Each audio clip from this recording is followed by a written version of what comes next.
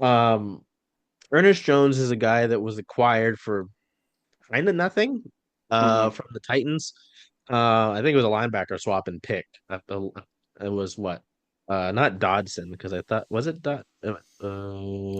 God, Tyrell Dodson, Jerome Baker, two names that will go down and um shoot, what's the game? What's the guessing game where you've got the grid? The Guess who? the NFL like version of the immaculate grid. There we go. Oh, yeah, yeah, I yeah. figured it out there. Those will be two guys that will go on the Seahawks trivia aspect of things. Oh, for sure. Um, Yeah. but anyway, yeah, they get Ernest Jones, who had been with the Rams before, and he was just an impact guy immediately for the Seahawks at the linebacker position.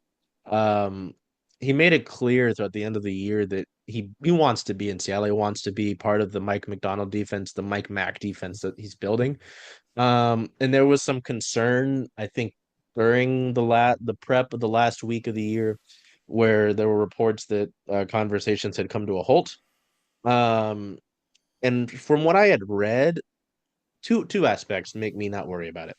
What I had read is that if he had signed the deal at this part of the season, there would have been something with his signing bonus where he would have gotten less or something. It wouldn't have been as beneficial for him to sign that deal then at the end of the year. And then the other thing is that in the presser, like right after that, he doubled down. He's like, I want to be here. I'm Hmm. confident we will get a deal done.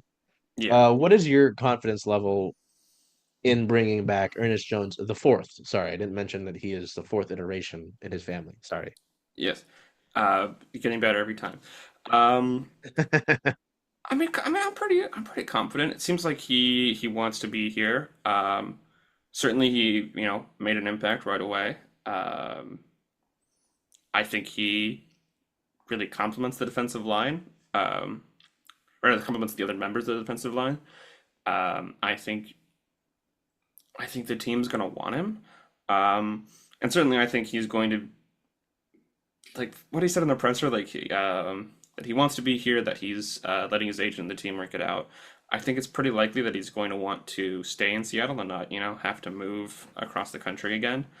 Um, Especially, I think I read that he recently became a father, like earlier this year, or last year rather, earlier in 24.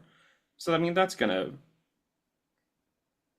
incentivize you to kind of have some consistency for a little while. So I think I'm pretty confident they get the deal done. I mean, I'm not 100% confident because you never can be, especially with front offices making decisions. I mean, we don't have to talk. We don't want to talk about the Mariners here, but they exist and they make decisions sometimes. So I feel pretty confident, and second off, I want them to make that deal. I want Ernest Jones IV on the roster for the 2025 season.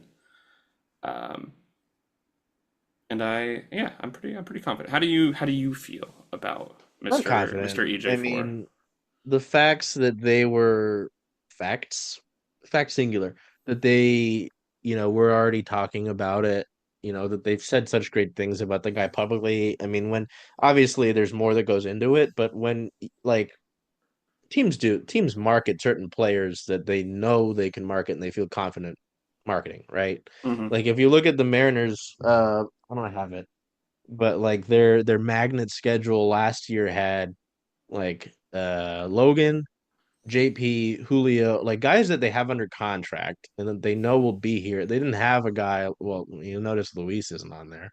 Hmm. Um, they didn't have yeah, they marketed him pretty well, is what I'm saying. Yeah. They have a bunch of Randy Rosarena bobbleheads this year. I imagine they'll keep him around this year. They don't do that if they're like, is he gonna be around? Right? Like just like any team marketing, you'll notice that, right? And they did that. Um, him saying he wants to be here outright on multiple occasions. If it was more of a, I don't know, we'll see. Then I'd be concerned. But the fact that they already seem to be having those discussions and the kind of the obvious mutual interest said throughout pressers, um, those things give me confidence that a deal will get done.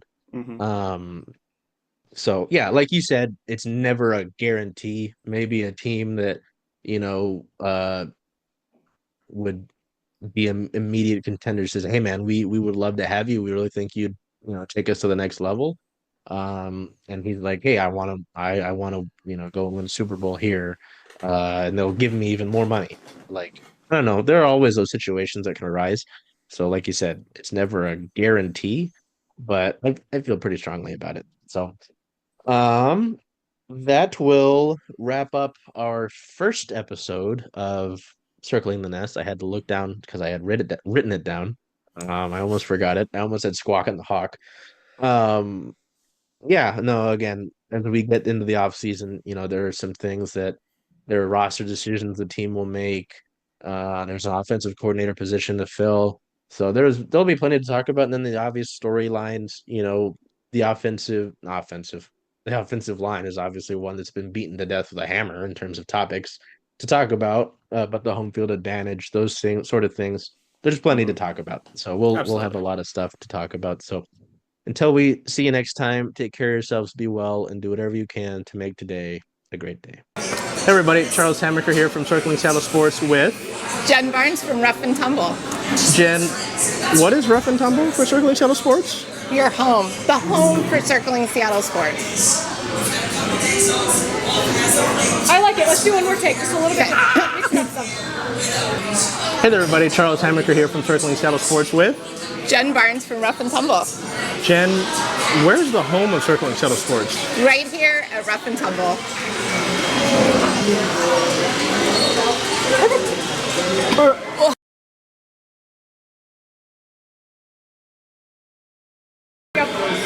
Hi, Charles Hamaker here from Circling Seattle Sports with Jen Barnes from Rough and Tumble. glad to join you here from Rough and Tumble, home of Circling Seattle Sports. I love Okay. Up that out, Chuck. Okay. I'm ready. Hello everybody, Charles Hamaker here from Circling Seattle Sports with Jen Barnes from Rough and Tumble. Start over.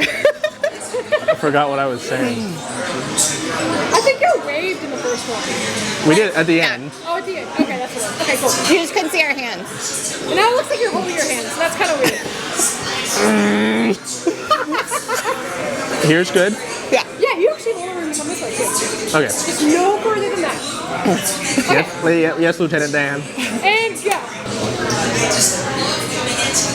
Oh, I think this time I'll ask you, what's the home? Where? Yeah, say, where's the home of Circling Seattle Sports? Okay. And I'll be like, right here at Rough and Tumble. Hand good. Yeah. Yeah, your other hand. Put your fingers together just a little bit more. Not like that. There you go. It was just like. Clawing at me.